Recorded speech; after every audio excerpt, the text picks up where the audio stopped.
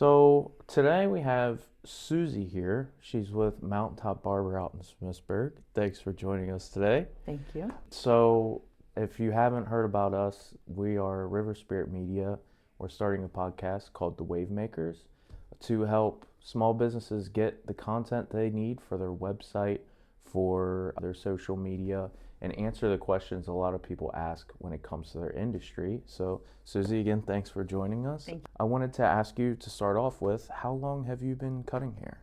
So I've been cutting hair for about 6.5, 7 years.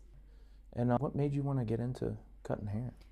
I really just wanted to try something different, do something new. I've had experience in multiple careers, so it was just something that I've always enjoyed watching someone else do it and thought, well, this seems like this would be something nice to do and get into. And then I developed a passion, because then it was, when you're cutting someone's hair, their expectation is they want to look good, whereas my expectation is to make sure that that happens so that they feel good about themselves. And so they not only look good, they feel good. Yes. And that's how I feel when I get my hair cut.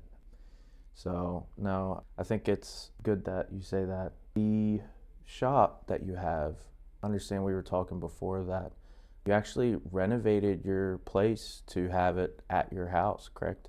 Yes, and it is in Smithsburg. I'm on Foxville Road in Smithsburg. We have a detached garage from our house, and my husband was using it as his shop, but I have one side that I have renovated and got it so that it's a professional shop to come and get services provided. And well, I've seen the pictures, and I'd like to come out and take a look at it as well, but it seems like from the pictures, it looks like a really professional establishment you have there. So thank you. I think a lot of people don't realize that you don't always have to have everything put together to start, because if you wait till things are perfect, you'll never start. No. So I think that's good that you went out and just went ahead and did that. Yes. How have things been, since I know not everything's gravy, right? Yes. How have things been starting your business? It's been a slow process. I'm one that some days I have patience, some days I don't have patience.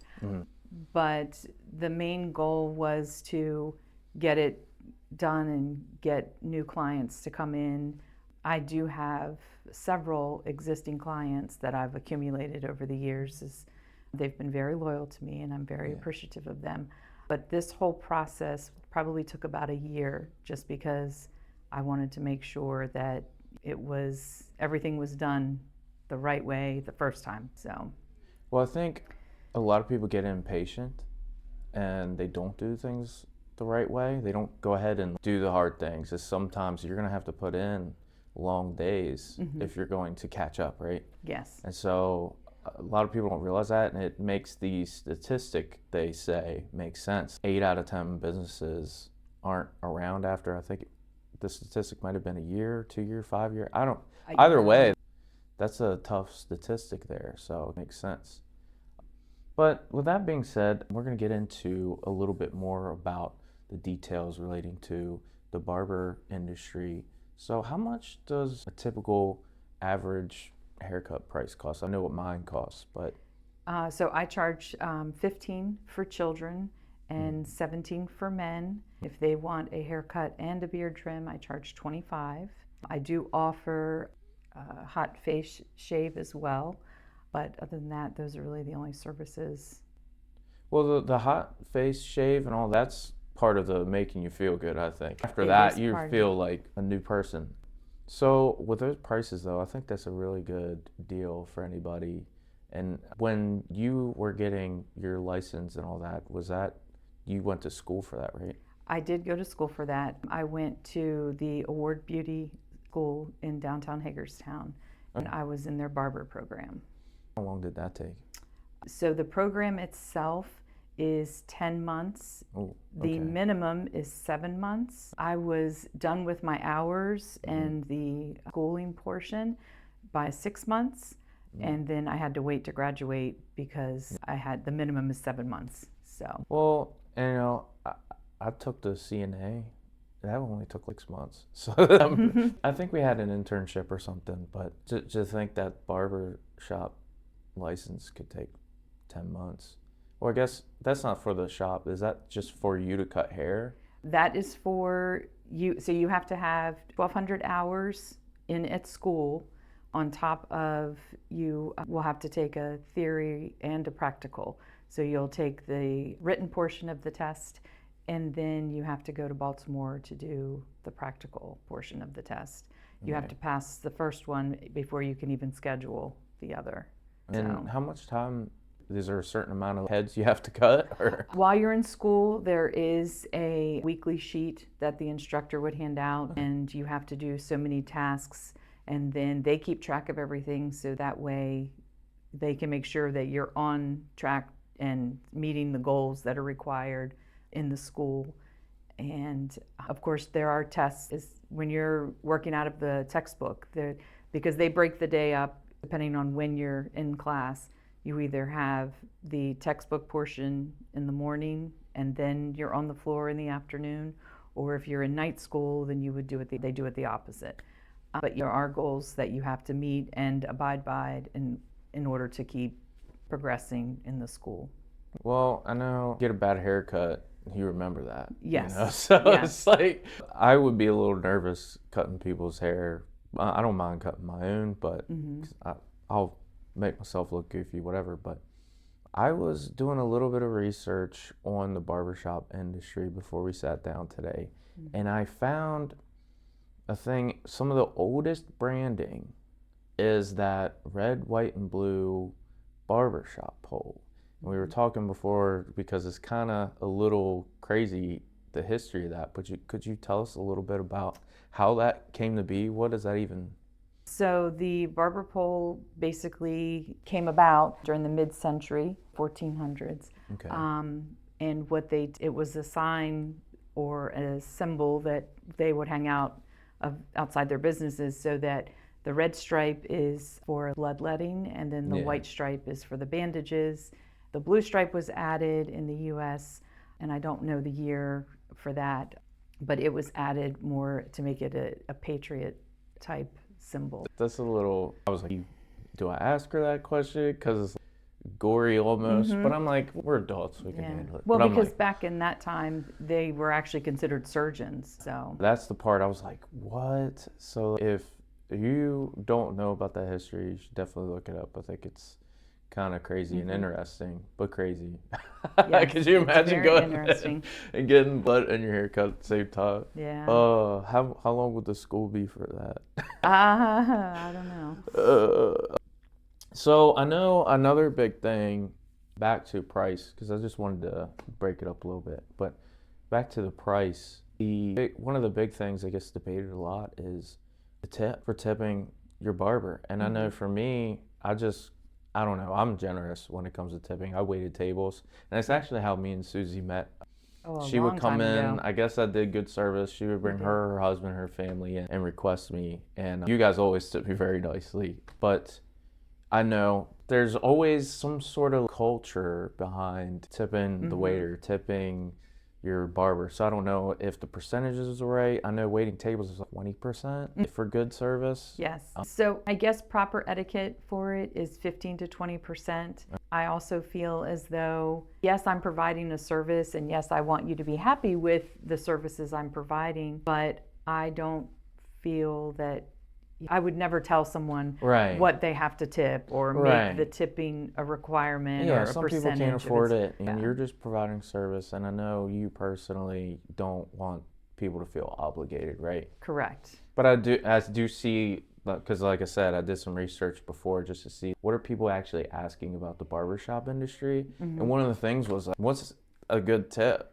You know, what's a good percentage? So about the same as you would tip your waiter. That's cool. Yeah. That's good. Yes. And I always say the best product or service is the best marketing. So if you do a really good job on somebody, they're gonna.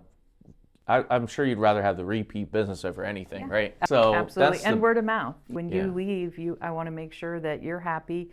Whoever may look at you or your haircut and think, "Wow, that's a great haircut. I should cut go your and hair?" see." Exactly. And you do families a lot, said, right? Because I'm sure you see those poor moms who have 4 boys and Yes. their husband.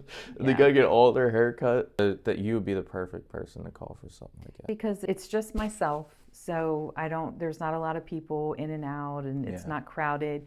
I do have some light music playing. I have a TV if we need to Yeah. turn on something for the kids to watch to entertain or distract. Right. Just depends Yeah. on the child and the situation. But it does make it nice and calm as Yeah. far as the atmosphere, so that It's a cozy everyone environment. is comfortable. I know we talked about the tip thing. You had said that you specialize in men's and boys' hair, right? Mm-hmm. So that includes beards and all that. Do you do shape ups like the neck area or any of that stuff? Yes. Okay. So I always ask before I do a hot lather neck shave, because some men don't want it. Most men do want it. And then I will ask if they want their beard trimmed or their eyebrows trimmed, if we Okay. need to shape anything up as far as under their beard, if they have a beard. Well, that's an annoying part for me, and it's like that's like clean, cool, awesome. Between that and the hot face, the beard cut you were talking about, those two things really make you feel like a new person. But I also know there's some things you look into when it comes to choosing the right barber. So obviously one would be, do they offer the types of services that you need, right? But you don't just not serve women, you do trims. Right, yes. I usually try and stick to shorter cuts, because then it's less as far as styling and things like that. It makes it a little bit easier for me. I can cut women's hair. I cut little girls or even trim some grandmas, but I do keep it to a minimum as far as I don't want to get into styling or coloring or That's anything completely like that. different equipment, That's- isn't it? Yes, that's a whole nother profession as far as a cosmetologist. Okay. It's just good for people to know. Yes. And I know my wife, that's all she ever gets is just a trim. Sometimes if someone gets her a gift card somewhere, then she'll go and Yeah. good idea for me. But Yeah, it just makes it more convenient if you were coming and you had a son and a daughter. Well, if she wants her hair trimmed, we'll trim her hair. Right. And that way she feels included. It gets her used to being in the chair. well, So- and I used to have long hair in high school, actually, down to my waist. Something I wow. didn't know about was split ends. Mm-hmm. So a trim gets rid of that, I'd imagine. But Yeah. I had no clue. I didn't know. What's a split end? And girls making fun of me. You got split ends. You need your hair trimmed. So what's a split end? Yeah. So what are some other things somebody looking for a barber should look into? I guess depending on what they're looking for, as far as the services being provided, maybe even the environment, as far as how busy the shop is, or how many clients are coming and going, if the barber runs behind. I admit I do run behind sometimes, but if you have a little one in the chair and you need to take a little bit more time, then sometimes that's what you just have to do to keep them comfortable. But I would like to think that I have a very welcoming space so that they would feel comfortable coming in and getting their hair cut, having a little conversation. It definitely So- looks cozy too, in a good way. I have gone downtown to get haircuts and stuff like that, and some of those places, if you walk in, you have to stand up when it's your turn and assert yourself to get in a chair. And Yeah. I'm like, not everybody's cut out for that. Some people Right. sit there all day just and never because speak they're up. waiting patiently, but that, or they should have a sign in. Before COVID, there were barbershops that had a sign in so that people didn't get missed or didn't get passed over because of their not wanting to speak up. It wasn't bad. It was one of the best haircuts I've ever had. But I do remember, man, if you don't speak up, you're going to be sitting here all day and Yes. not getting your Yeah. hair cut. So I'm looking here. 1 second. So I know there's different equipment for cutting hair. And I've looked at, they got the angled blades. I don't even know what these are called, but like, I know they got different sizes, halves and stuff. And whenever they ask me what do I want, I don't know. I just get a fade with and make it short. I know the Right. top's a 3, right? What are some different equipment and tools that barbers use? Well, I guess the staple at every barber station would be a clipper, whether it's with the detachable metal blades or Okay. regular, just the staple plastic blades or plastic detachable pieces. Then you have your trimmer. You have what we call sometimes a box shaver or a foil shaver, so that if you wanted a bald fade, we would be able to get the hair down to the skin and there'd be no hair at all. 0. Well, it's lower than a 0 because okay. the metal detachable blades go down to 5 zeros, so that's really short. But then obviously a pair of thinning shears, combs, straight razor, hot lather machine, definitely your neck strips, your capes, towels. I guess I think I've seen some of them, they got clear for the people on the phone. Yeah. You're relaxing. Put the phone you away. should, What exactly. are you doing? Give yourself 20 minutes to be able to good. just decompress and unwind. Although I could see a business owner, someone crazy busy, but still, even then, that person should probably be the one that needs that 20 minutes more than anybody else, right? Well, and the thing is if you're focusing on the client that's in the chair, they really shouldn't need their phone out, because you're going to be having conversation, catching up. If they're a new client, you're going to want to get to know them and a little bit about their family, maybe what they do as far as their career. So if they're engaging with me, then they're not going to need their phone. Some of the best conversations happen in a barber shop. Absolutely. Yes. The idea that the barber is another therapist or is a form of a therapy is definitely true. I would definitely agree with that. You ever see that movie, I think it's called Soul, about Disney? I have not seen that movie. Well, there's a barber in there, and he talks about that. He's like, this is why I do what I do. Because he's like, he's not rich, but he has everything he needs. And the guy's like, why would you do this for a living? And he's like, doesn't realize it, but he ends up getting the guy in the chair to start talking more about himself and blah. He has this epiphany in the barber chair, and then the guy spins him around and lets him up. He's like sparkling, and he's like, this is why I do what I do. So. I'll have to watch that. Because again, it goes back to, I want you to feel good about yourself. I want you to feel, if you look good, then that idea is definitely very true. If you feel good, then you definitely, or if you look better or look good, then you feel better about yourself. And so it makes things. It bleeds into multiple things. Yes, it does. Your mindset, everything. So you can go out there, your confidence. Yes. No, it's definitely a very valuable service. I'm looking here. Oh, this is a good one. Besides, maybe, so making mistakes when you're cutting hair. Yes.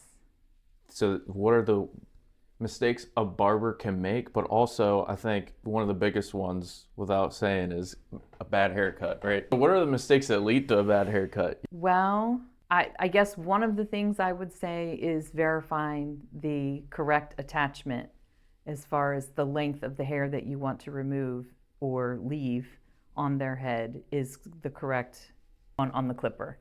Because if you asked for a 3 and I had at 1, that's a lot less hair than what you expected. So that would definitely be an issue for a bad haircut. So just double check it. The contractors measure twice, cut once. Exactly. Well, and even for if you're just doing shear work, you want to make sure that what they want taken off is what you're taking off, so that you're not going to cut it shorter than what they're asking for as well. So would you tell somebody they're on the longer side because you can still take more off?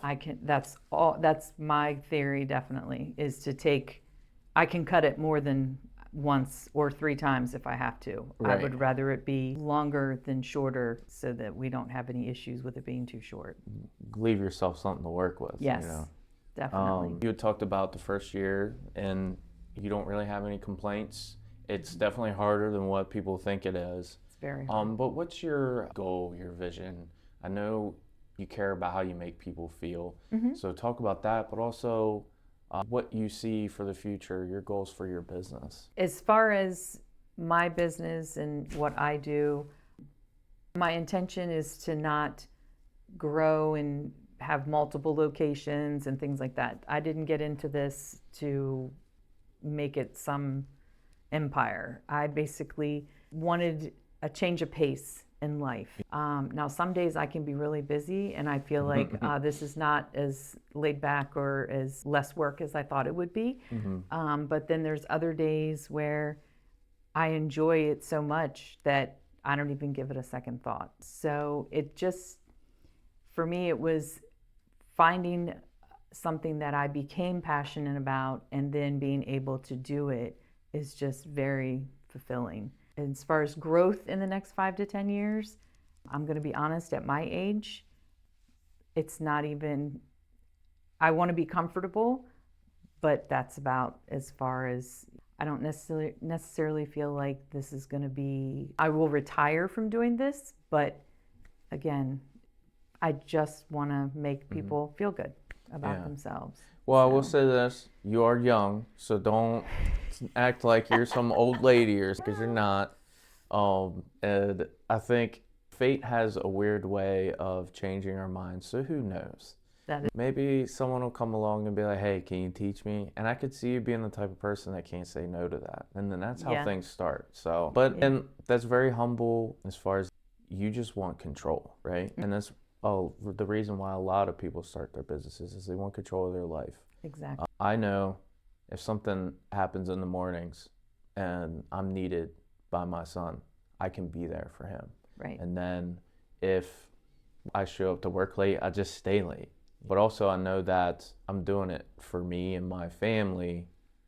Right. And so the harder I work, the more reward we will get as a family versus, but some of the scary part is the risk is all on you, right? Yes. I think that's the part you're learning to swim in deep water. Because going back to school, I basically went from working every day to not working every day because I was trying to focus on school. And that was a burden financially. Yeah. But at the end of the day, I just kept reminding myself that if I just stayed focused and stayed on track, that good things will come out of this. This is just temporary. So one of the things that helped me, because I had a mechanic business. It was a mobile roadside repair business. And one of the things that I remember this very vividly, I went out on a road call. It was one of our first. I had the tools and everything, but the lug nuts were not coming off of this semi truck. And the tool you need to get lug nuts off is expensive. It's definitely a comma involved. And it started raining, and I really had the thought of giving up. What the hell am I doing? But I heard a concept that was like, whenever you're in those moments, it's really just the universe testing you to see if this is really something you want to do. And whether that's true or not, it definitely helped me in that moment get over it. Right. Snapped out of it. I was like, this is a freaking test, and I'm passing it. I'm going to do this, yes. So whenever you're in those moments, think of that. But obviously, you're here for a reason, and you're still around, so congratulations. Thank you. We're going on, year 2 ourselves? And we run into things all the time, so you're not alone. That's one thing I like about the business community is we all have very similar problems that we're dealing with. The common theme is I'm juggling family and personal life and dreams and goals, and a lot of us just want what's best for our family. I've noticed that. Right. So I like taking the conversation there because it's kind of the whole reason we do what we do. Right. I always like to say we put food on our family's table by helping other families put food on theirs.